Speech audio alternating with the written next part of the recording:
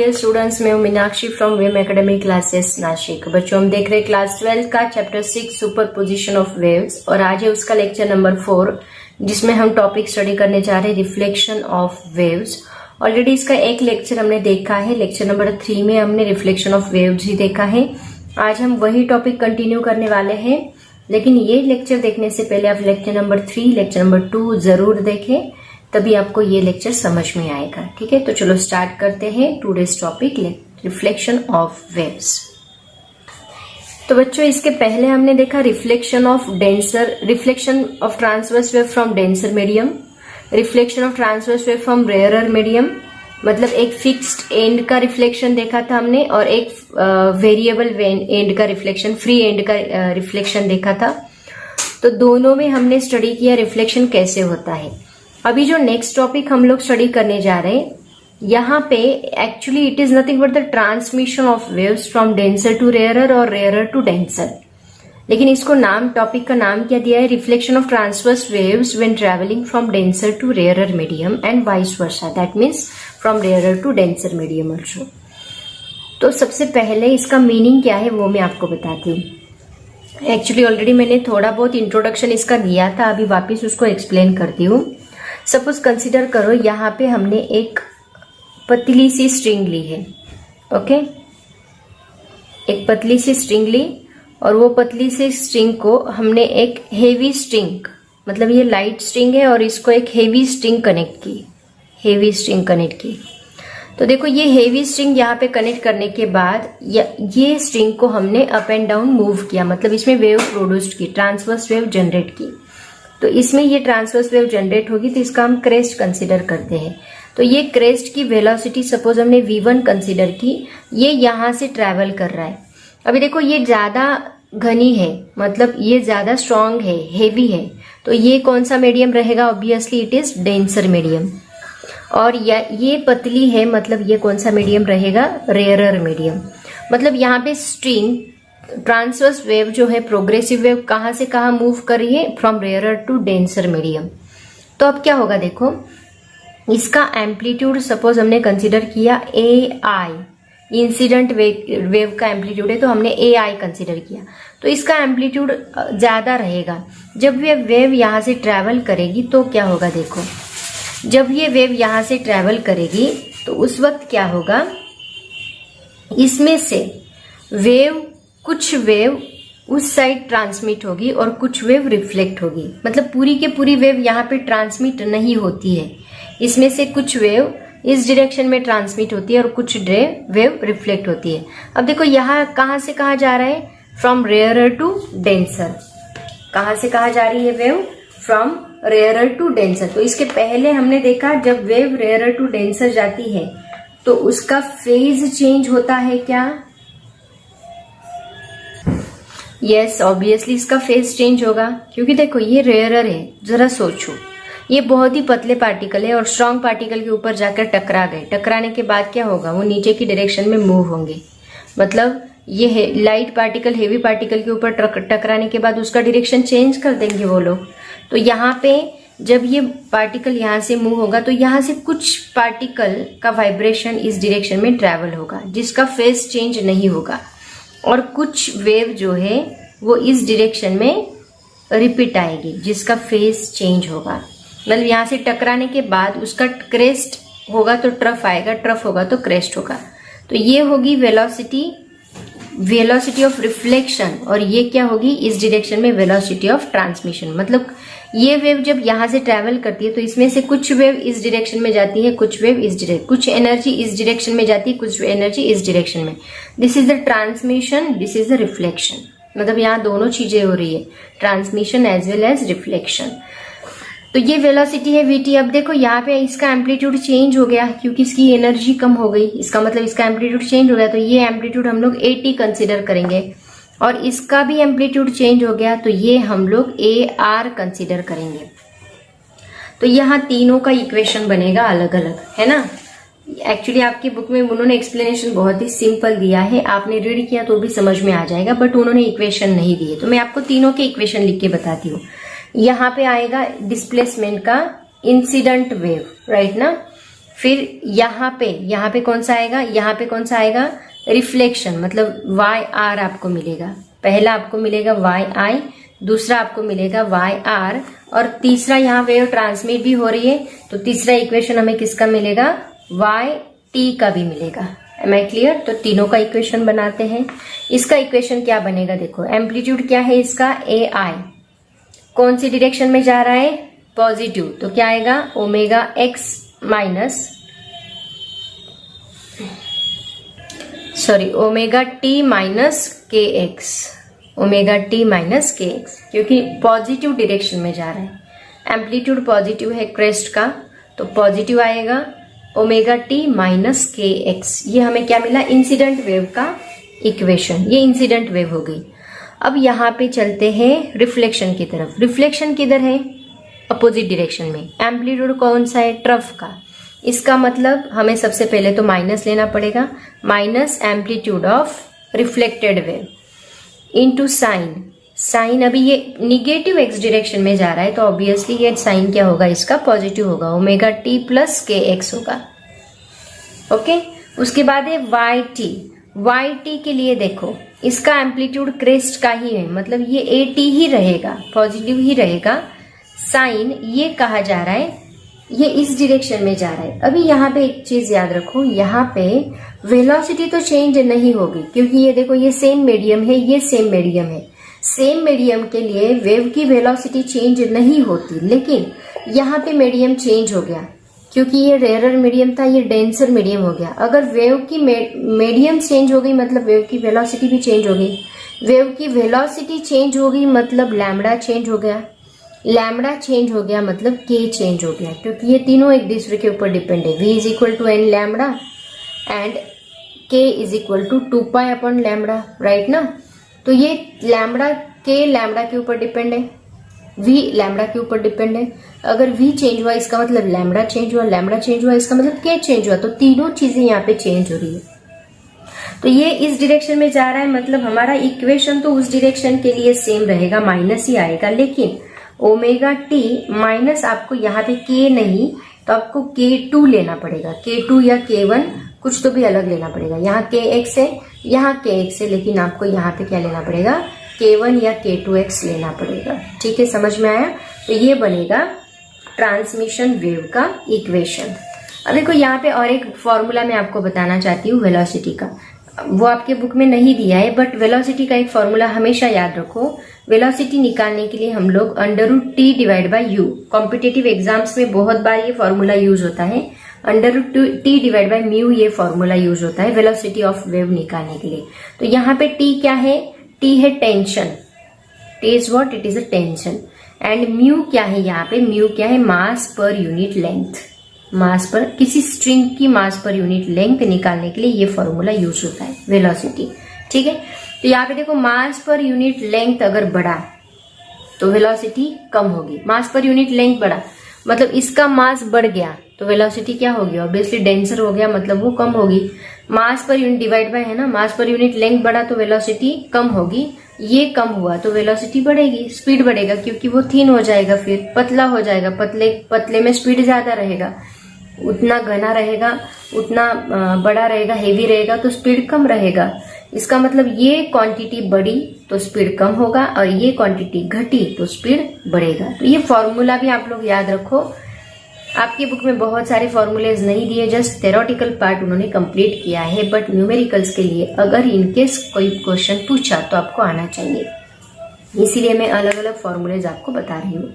और भी इसके बहुत सारे फॉर्मूलेज है, वो भी मैं आपको बताती हूँ। लेकिन उसके पहले हम लोग इसका दूसरा पार्ट ले लेते हैं। कौन सा, अभी क्या लिया हमने, रेयरर टू डेंसर लिया ना। अब हम लोग क्या करेंगे, डेंसर टू रेयरर लेंगे। मतलब अभी इस डायरेक्शन में थोड़ी हेवी स्ट्रिंग लेंगे और यहाँ पे लाइट स्ट्रिंग लेंगे। देखते हैं क्या होगा। अब देखते हैं from denser to rarer medium, मतलब यहाँ पे हमने एक हेवी स्ट्रिंग ली, ओके, इसको हमने एक लाइट स्ट्रिंग से कनेक्ट किया, और यहाँ से हमने एक वेव पास की क्रेस्ट के साथ। तो ये इसकी वेलोसिटी बनेगी v1, ये जब यहां से पास होगी तो क्या होगा, देखो यहां से पास होने के बाद हमें रिजल्ट क्या मिलेगा, इसमें से अभी देखो ये कहाँ जा रही है, ये कौन सा मीडियम हो गया अभी, डेंसर, और ये कौन सा हो गया, रेयरर। रेयर डेंसर में से रेयरर में जा रही है, तो डेंसर में से रेयरर में जाती है तो फेज डिफरेंस क्या होता है, 0, मतलब वो क्रेस्ट की क्रेस्ट ही रिफ्लेक्ट होती है। तो यहां से जब वो रिफ्लेक्ट होगी तो उसका क्रेस्ट ही रहेगा, क्रेस्ट ही रहेगा, लेकिन इसका जो एम्पलीट्यूड है वो चेंज होगा, यहाँ पे एनर्जी चेंज होगी इसकी, क्योंकि डेंसर मीडियम है तो एम्पलीट्यूड इसका एनर्जी कम हो गई ना। लेकिन यहाँ पे कुछ वेव या इसमें से कुछ वेव ट्रांसमिट होगी, कुछ वेव रिफ्लेक्ट होगी, तो कुछ वेव यहाँ पे ट्रांसमिट होगी यहां से, तो उसका भी एम्पलीट्यूड यहाँ पे चेंज होगा क्योंकि स्पीड इसका बढ़ जाएगा, राइट ना। तो ये रही इसकी V3 और ये रहा, ये इस डायरेक्शन में जा रही है, ये हुआ इसका V2। इसका एम्पलीट्यूड हम लोग लेते हैं A इंसिडेंट, इसका एम्पलीट्यूड हम लोग लेते हैं A रिफ्लेक्टेड, और इसका एम्पलीट्यूड हम लोग लेते हैं A ट्रांसमिटेड। ओके, अब देखते हैं तीनों के इक्वेशंस हमें क्या मिलेंगे। देखो चेंज डिफरेंस समझ में आया ना, डेंसर टू रेयरर में क्या होता है, फेज डिफरेंस नहीं होता, क्रेस्ट का क्रेस्ट ही होता है, ट्रफ का ट्रफ ही होता है। लेकिन रेयरर टू डेंसर में क्या होता है, आपके बुक में उन्होंने बस इतना एक्सप्लेन किया है, रिफ्लेक्शन, ट्रांसमिशन उन्होंने बताया ही नहीं, क्योंकि आपका topic he reflection of waves है, ट्रांसमिशन को उन्होंने हाथ भी नहीं लगाया। तो ये मैं एक्स्ट्रा का नॉलेज आपको दे रही हूँ, इतना आपको पता होना चाहिए, मे बी एग्जाम में पूछा जा सकता है तो पता होना चाहिए। तो चलते हैं इसके अभी देखो इसके इक्वेशंस क्या रहेंगे। वाई आई इंसिडेंट वेव का इक्वेशन क्या रहेगा, सेम ए आई साइन ओमेगा टी माइनस के एक्स, क्योंकि कौन सी डायरेक्शन में जा रहा है, पॉजिटिव एक्स डायरेक्शन में। उसके बाद सेकेंड वाला वाई आर का रहेगा, y r is equal to, यहाँ निगेटिव डायरेक्शन है लेकिन इसका प्लस ही रहेगा एम्पलीट्यूड, क्योंकि क्रेस्ट ही है, साइन यहाँ पे ओमेगा टी प्लस के एक्स बन जाएगा, क्योंकि माइनस का अभी क्या बन गया, प्लस बन गया। थर्ड ट्रांसमिशन वेव का इक्वेशन क्या बनेगा, ए टी, अब यहाँ पे इस डायरेक्शन में जा रहा है, A T into sine omega T minus के चेंज होगा, यहाँ पे K2 बनेगा, K2x या फिर K1x, जो कुछ भी होगा, यहाँ पे वेवलेंथ चेंज होगी इसकी, तो ये बनेगा K2x। समझ में आया। तो ऐसे हम लोग इसको सॉल्व करेंगे, ये तीनों इक्वेशंस आपको पता होने चाहिए। अब चलते हैं कि एम्पलीट्यूड अगर आपको निकालना है तो उसके कुछ इक्वेशंस है, वो मैं आपको बता देती हूँ ताकि आपको और ज्यादा याद रहेगा। वेलोसिटी तो आपको पता है, वेलोसिटी का फॉर्मूला होता है n इंटू लैम्बडा, ये ऑलरेडी हमने बहुत बार देखा है, इसके ऊपर न्यूमेरिकल भी बहुत पूछे जाते हैं। ये रिलेशन हम लोग 11 से स्टडी करते आ रहे, ठीक है। k भी आपको पता है, k क्या होता है, 2 पाई बाय लैम्बडा। चलो मैं एक लिस्ट ही बना के देती हूँ आपको सभी इक्वेशंस की, ताकि उसके ऊपर न्यूमेरिकल ले सके। तो देखो बच्चों, सभी फॉर्मूलेज मैं आपको बताती हूँ इससे रिलेटेड, सभी नोट डाउन करो, आपको लगने वाले हैं, नोट्स में नहीं है, बुक में भी नहीं है, कॉम्पिटिटिव एग्जाम्स में अगर पूछा जाएगा। देखो एम्पलीट्यूड ऑफ रिफ्लेक्टेड वेव का एम्पलीट्यूड अगर आपको निकालना है तो उसका फॉर्मूला होता है V2 minus V1 divide by V1 plus V2। अब ये कहाँ से आए ये मत पूछो, बस नोट डाउन करते जाओ। सेकेंड, ट्रांसमिशन वेव का अगर आपको पूछा एम्पलीट्यूड क्या है तो 2V2 divide by V1 plus V2, इसके ऊपर एक न्यूमेरिकल हम लोग लेने वाले हैं इसके बाद AI। ओके, उसके बाद हमने एक फॉर्मूला देखा, K इज इक्वल टू क्या होता है, 2 पाई बाय लैम्बडा होता है, ये भी आपको पता होना चाहिए। उसके बाद V इज इक्वल टू होता है n लैम्बडा, लेकिन V का मैं आपको और एक फॉर्मूला बताऊंगी, that is omega divide by K। ये कैसे आया, देखो ओमेगा डिवाइड बाय K क्या होता है, 2 पाई n divide by 2 pi by lambda, क्योंकि ओमेगा की वैल्यू क्या होती है 2 पाई n एंड k की वैल्यू क्या होती है 2 पाई लैम्बडा। तो 2 पाई कैंसल, ये लैम्बडा ऊपर जाएगा तो क्या बनेगा n इंटू लैम्बडा, और n इंटू लैम्बडा क्या होता है v। सो यहाँ पे हम v की जगह पे क्या लिख सकते हैं, ओमेगा डिवाइड बाय k। ये भी याद रखो क्योंकि आगे हम लोग इसको यूज करने वाले हैं, ठीक है। उसके बाद और कौन सा फॉर्मूला लिख सकते हैं हम लोग, बस इतने काफी है। हाँ, ये भी हो गया। v is equal to under root T divide by mu.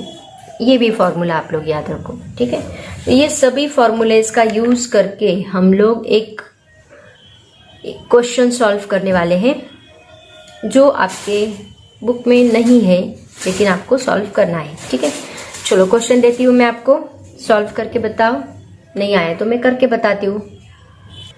तो बच्चों क्वेश्चन देखो क्या है, उन्होंने y दिया है आपको 3 sin 2x minus 4t if, और रिलेशन दिया है μ2 is equal to 4 μ1, then find yr and yt, मतलब रिफ्लेक्टेड वेव का इक्वेशन एंड ट्रांसमिटेड वेव का इक्वेशन, दोनों का इक्वेशन हमें निकालना है, ठीक है। तो सबसे पहले जो हमारे इक्वेशन में है उसको हम नोट डाउन करते हैं। ai देखो क्या है यहाँ पे 3, 2x मतलब ये क्या होता है omega x plus T, right ना, माइनस के टी। तो यहाँ पे ओमेगा की वैल्यू क्या है, सॉरी के x minus omega T, omega की वैल्यू क्या है 4 एंड के की वैल्यू क्या है 2। तो ये सभी हमने लिख लिया। अब हमें क्या निकालना है, सबसे पहले तो अगर आपको yr और yt लगने वाला है तो yr का इक्वेशन ar के फॉर्म में आएगा, मतलब आपको ar ओमेगा तो पता है, k yt के लिए चेंज होगा तो k आपको निकालना पड़ेगा, लेकिन ओमेगा सबके लिए सेम रहेगा, वो चेंज नहीं होगा, क्योंकि मैंने आपको बताया फ्रीक्वेंसी चेंज नहीं होती, फ्रीक्वेंसी सेम एवरीवेयर। तो ai सबसे पहले हम ar निकाल लेते हैं। ar का फॉर्मूला मैंने क्या बताया, याद करो, v2 minus v1 divide by v1 plus v2 into ai, लेकिन इसमें हमें v2 पता नहीं है, और at का फॉर्मूला क्या है 2v2 divide by v1 plus v2 into ai, इसमें हमें v2 एंड v1 पता नहीं है। तो देखो इसका यूज करके हम लोग v1 निकाल सकते हैं। कैसे, देखो मैंने अभी आपको एक फॉर्मूला बताया ओमेगा डिवाइड बाय k, तो इसका यूज करके हम v1 निकाल सकते हैं। तो ओमेगा क्या है यहाँ पे 4 एंड k क्या है 2, तो v1 की वैल्यू हमें क्या मिलेगी 2 मिलेगी। अब हम लोग बाय यूजिंग द रिलेशन, कौन सा relation, v is equal to under root T divide by mu, ये रिलेशन का यूज करके हमें रिलेशन μ2 μ1 का दिया है, तो इसका यूज करके हम लोग v2 भी निकाल सकते हैं। कैसे, देखो तो यहाँ पे सपोज मैंने इसको v1 नाम दिया तो ये आएगा t डिवाइड बाय μ1, टेंशन तो चेंज नहीं होगा, and v2 is equal to क्या आएगा t डिवाइड बाय μ2।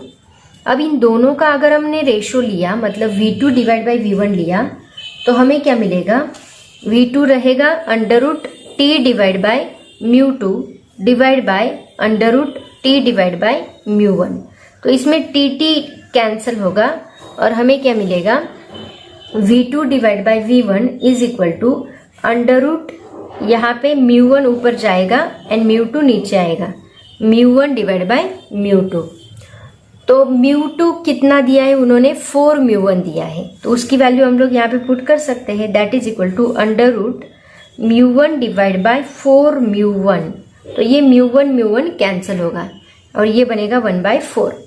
तो हमें यहाँ पे v2 डिवाइड बाय v1 क्या मिलेगा, v2 divide by v1 is equal to under root 1 divide by 4। तो 4 का स्क्वायर रूट क्या होता है 2, मतलब v2 divide by v1 is equal to 1/2। तो इसमें आपको v1 पता है, v1 को इधर शिफ्ट करो तो ये इस साइड जाके मल्टीप्लाई होगा। तो यहाँ पे देखो v2 इज इक्वल टू क्या, 2 गेट कैंसिल और हमें क्या मिला 1।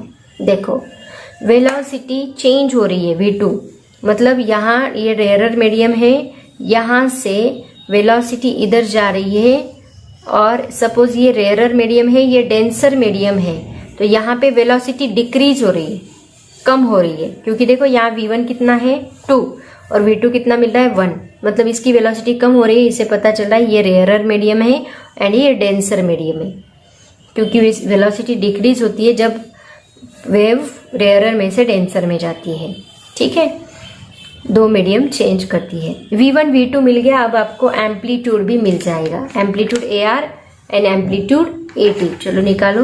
तो सबसे पहले निकालते हैं ar is equal to v2 minus v1 divide by v1 plus v2 into ai। So that is equal to v2 कितना है, v2 दिया है 1 माइनस v1 कहाँ गया, v1 2, 1 minus 2 divide by V1 plus मतलब 1 प्लस 2, AI कितना है 3, so that is equal to ये कितना आएगा -1 divide by 3 into 3 get cancel, AR is equal to -1। देखो वेव ऐसी जा रही है ना, ऐसी गई और फिर टकरा के वापस आई, तो यहाँ पे हमें जो वेव मिलती है वो कैसी मिलती है, अपोजिट। मतलब ये अगर +A होगा तो ये क्या रहेगा -A, राइट। ये प्लस है तो ये -A, तो यहाँ पे ऑटोमेटिकली देखो -1 मिला। AI कितना है +3 और ये कितना मिला -1, मतलब एम्पलीट्यूड कम भी हो गया, पहले 3 था अब कितना हो गया -1 हो गया। वेव कुछ तो भी ट्रांसमिट भी हुई है, तो ट्रांसमिट वेव के लिए हम लोग AT निकालेंगे।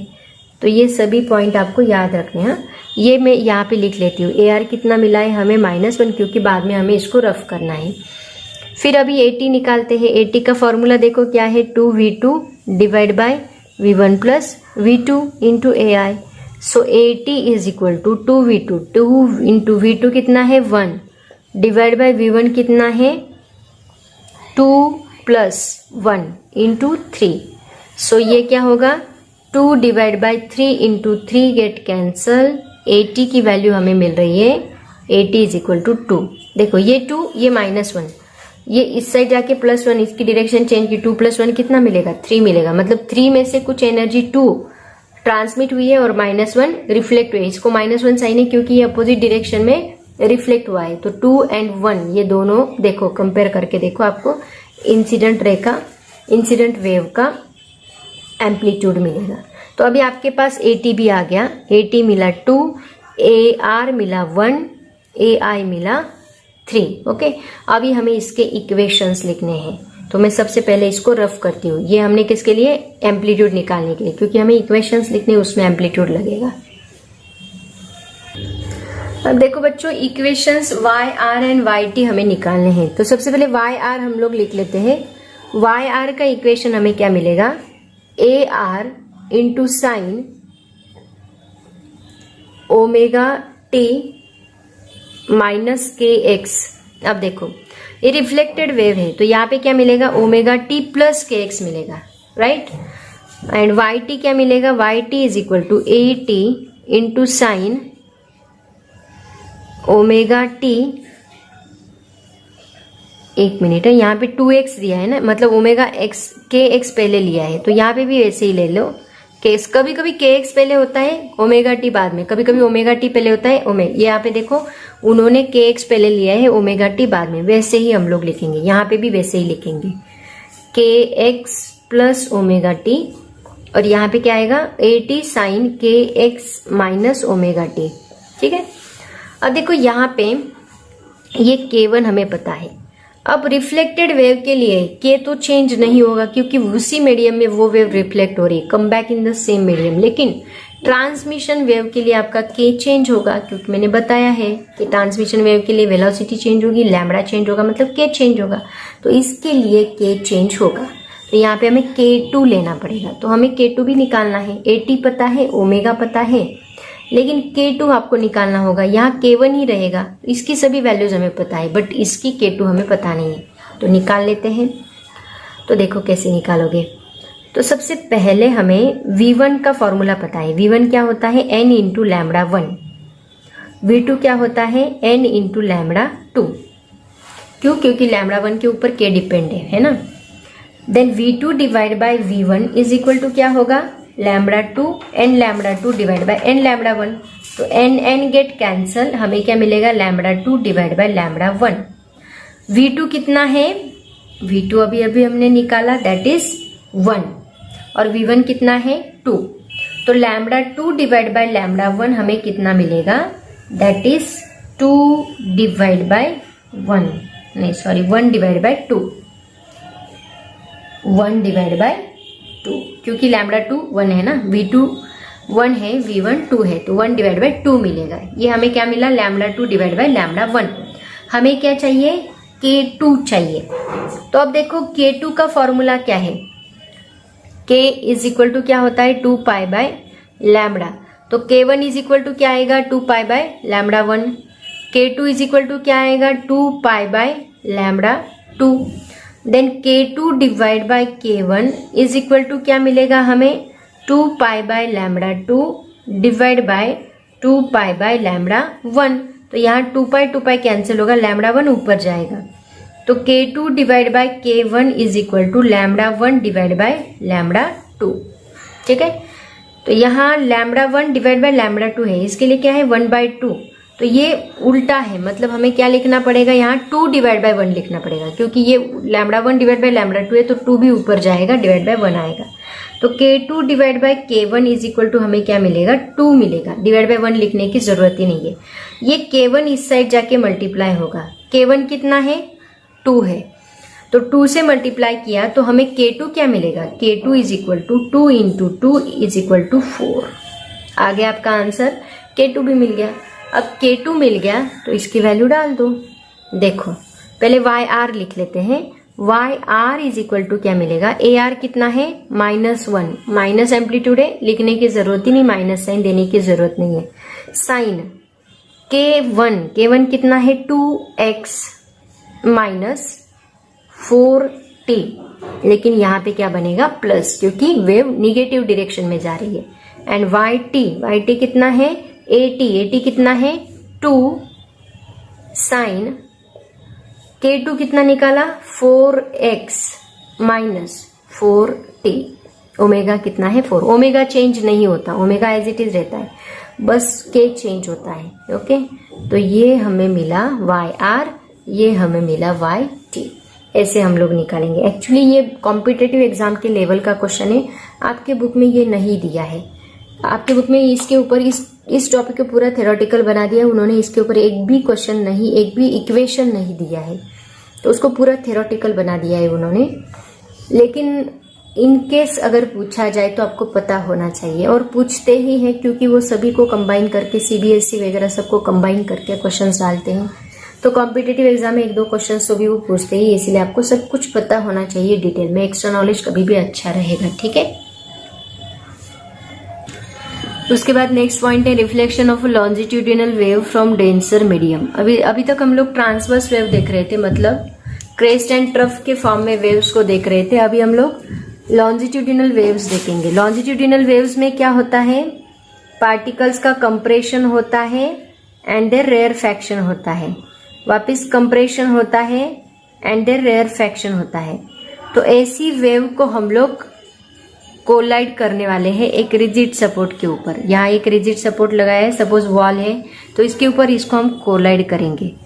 तो जब ये वेव यहाँ पे, अभी देखो ये डेंसर मीडियम आ गया, ये रिजिड सपोर्ट जो है सपोज वॉल है, तो ये एक डेंसर मीडियम आ गया। तो जब वेव डेंसर रेयरर से डेंसर में ट्रैवल करती है, रेयरर टू डेंसर में ट्रैवल करती है, तो यहाँ पे क्या होगा, जब कंप्रेशन इसके ऊपर कोलाइड होगा, तो कंप्रेशन कोलाइड होने के बाद वो जो वॉल है उसको अपोज करेगी, मतलब वापस कंप्रेस करेगी। तो कंप्रेशन ही रहेगा, रेयर फैक्शन ही रहेगा। समझ में आया? यहाँ पे कंप्रेशन जो है वो कंप्रेशन ही होता है, रेयर फैक्शन ही होता है। मतलब फेज डिफरेंस यहाँ पे 0 होता है। मतलब पहली बात, wave travel from rarer to denser, ये लॉन्जिट्यूडिनल के लिए है, wave travel from rarer to denser. Second, यहाँ पे compression reflected as a compression reflected as a compression and rarefaction reflected as a rarefaction, मतलब vice versa. Okay, similarly third point आएगा, यहाँ पे phase difference क्या रहेगा, फिर 0 रहेगा। ओके, ये चेंज नहीं होगा। ये हुआ रिफ्लेक्शन, यहाँ डेंसर मीडियम में हो रहा है। यही अगर हम रेयरर मीडियम में ले तो क्या होगा, अपोजिट केस आएगी। रेयरर मीडियम का देखते हैं, जहां कंप्रेशन है वहां क्या बनेगा, अभी रेयर फैक्शन बनेगा, और जहां रेयर फैक्शन है वहां कंप्रेशन बनेगा। तो इसमें उल्टी केस आएगी। मतलब मैं आपको बताती हूँ, compression is converted into compression. अगर हमने डेंसर टू रेयरर लिया तो क्या होगा, compression will be reflected as a rarefaction and vice versa, rarefaction will be reflected as a compression. तो इसमें फेज डिफरेंस क्या आएगा, फेज डिफरेंस आएगा पाई, मतलब 180 का। समझ में आया? इसमें फेज डिफरेंस हमें पाई मिलेगा। ओके, तो ये है लॉन्जिट्यूडिनल वेव का। सेम उसकी तरह ही होता है, बस वहां पे क्रेस्ट एंड ट्रफ होता है, इसमें कंप्रेशन एंड रेयरफैक्शन होता है। तो इसमें कंप्रेशन क्या होता है आपको पता है ना, compression is what, this is compression, मतलब बहुत पार्टिकल कंप्रेस है। पार्टिकल कंप्रेस है मतलब वहां पे जो प्रेशर है वो बहुत ज्यादा हाई है। कंप्रेशन का जो रीजन होता है, this is high pressure region, high pressure region. And rarefaction का जो रीजन होता है वो क्या होता है, this is low pressure region, low pressure region. Okay, इसको कंप्रेशन एंड रेयरफैक्शन बोलते हैं। वैसे हमने इसके बारे में डिटेल में स्टडी किया है 11th में, लॉन्जिट्यूडिनल वेव क्या होती है उससे रिलेटेड। ठीक है, ये टॉपिक था बच्चों रिफ्लेक्शन ऑफ वेव का। मैंने बहुत डिटेल में लिया है, आपके बुक में नहीं है इतना डिटेल में मैंने कवर करने की कोशिश की है। फिर भी इनकेस अगर आपको कोई टॉपिक समझ में नहीं आता तो वैसे मुझे कमेंट करो, ठीक है।